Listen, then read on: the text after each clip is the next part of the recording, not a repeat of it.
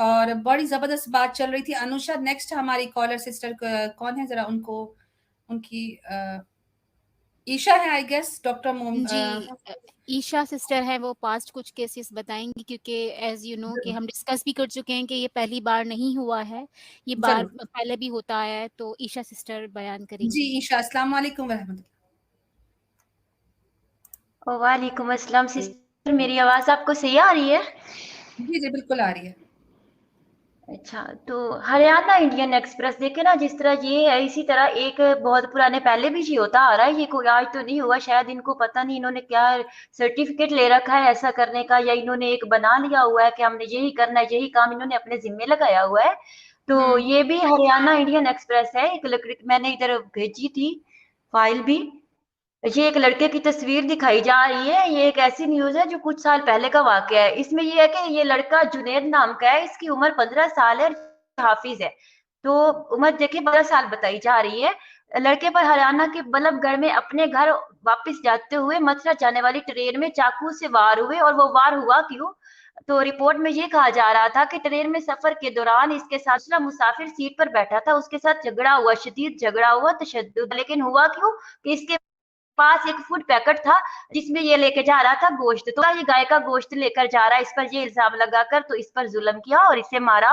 اور اس کے ساتھ اس کے بھائی بھی تھے جس کی بازو بھی توڑ دیا، ان پر بھی تشدد ہوا. اور پھر اس کی جو لاش تھی اس کو انہوں نے ٹرین کے پاس پھینک دیا. 2017 کی یہ بات ہے. تو انہوں نے جب عدالت میں کہاں یہ گئے، سپریم کورٹ، ہائی کورٹ، ان کے گھر والے، تو کسی نے بھی اس کو یہ سیریس نہیں لیا. انہوں نے کہا کہ قومی یا بین الاقوامی اثر نہیں ہے اس پر کوئی بھی، تو ہم نا اپنے وہ کیا کہتے ہیں کہ ہم اس کیس کو نہیں لے سکتے. اپنی وہ پولیس جو ہے نا اس پر ہم کوئی اس طرح کا نہیں کر سکتے کہ وہ ناقص تھی. تو اس سے یہ ہوگا. اسی طرح ایک اور بھی رپورٹ آ رہی تھی جس طرح یہ آپ نے بولا ہے نا جس طرح سیکنڈ کھول دیں. ہاں یہ نہیں تھی.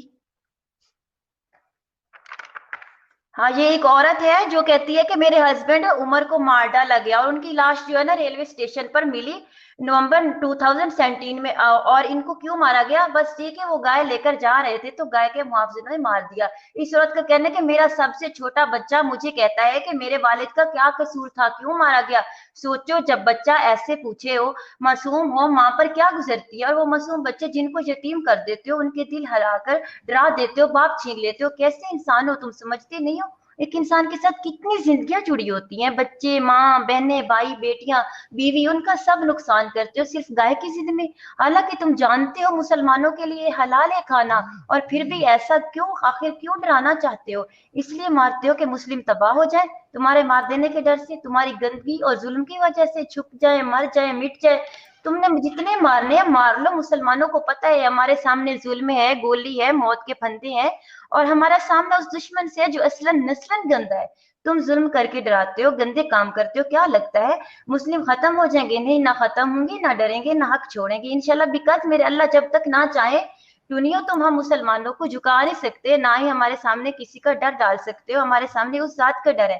تم تو خود الجھے ہوئے الجھنوں میں، تم ہمیں خاک الجھاؤ گے. ہم تو واقف ہے سچ سے، تم سچ کو کہیں چھپاؤ گے. تو تم لوگ مسلم کو مارنا ختم کرنا چاہتے ہو، یہی سچ ہے، لیکن ختم نہیں ہوگا. جنہوں نے تمہارے ٹوریوں کے ہاتھوں مرنا ہے تو کیا، موت تو آنی ہے، برحق ہے. جیسے بھی آئے موت، چاہے ایکسیڈنٹ میں آئے موت، چاہے بیماری میں آئے موت، چاہے سوئے ہوئے نرم بستر پر آ جائے. لیکن اگر مسلم کی موت ایک کافر کے ہاتھوں ہو جائے تو اس کا مزہ ہی اپنا ہے. کیونکہ کافر مسلم کو جب مارتا ہے وہ اس لیے نہیں مارتا کہ کوئی ذاتی جھگڑا، وہ صرف قرآن اور اللہ اور رسول صلی اللہ علیہ وآلہ وسلم پر ایمان رکھتا ہوتا ہے. تو کافر اس بغض میں 100 بہانے کر کے مسلم کو مارتا ہے. جیسے یہ ہندوؤں نے گائے کا بہانہ بنا رکھا ہے، اصل حقیقت گائے کا پیار نہیں، اللہ، رسول، قرآن، حدیث اور مسلمان سے بغض اور بغاوت ہے. انسانیت بھی باقی نہیں رہی. اس حد تک اسلام کے بغض اور عداوت میں غداری کی دلدل میں پھنس گئے ہیں. دنیا تو فانی، جان بھی جانی ہے. بس اس بات پر چلی جائے کسی مسلم کی جان کے وہ دین اسلام کو فالو کر رہا ہے اور کافر سے برداشت نہیں ہو رہا. اور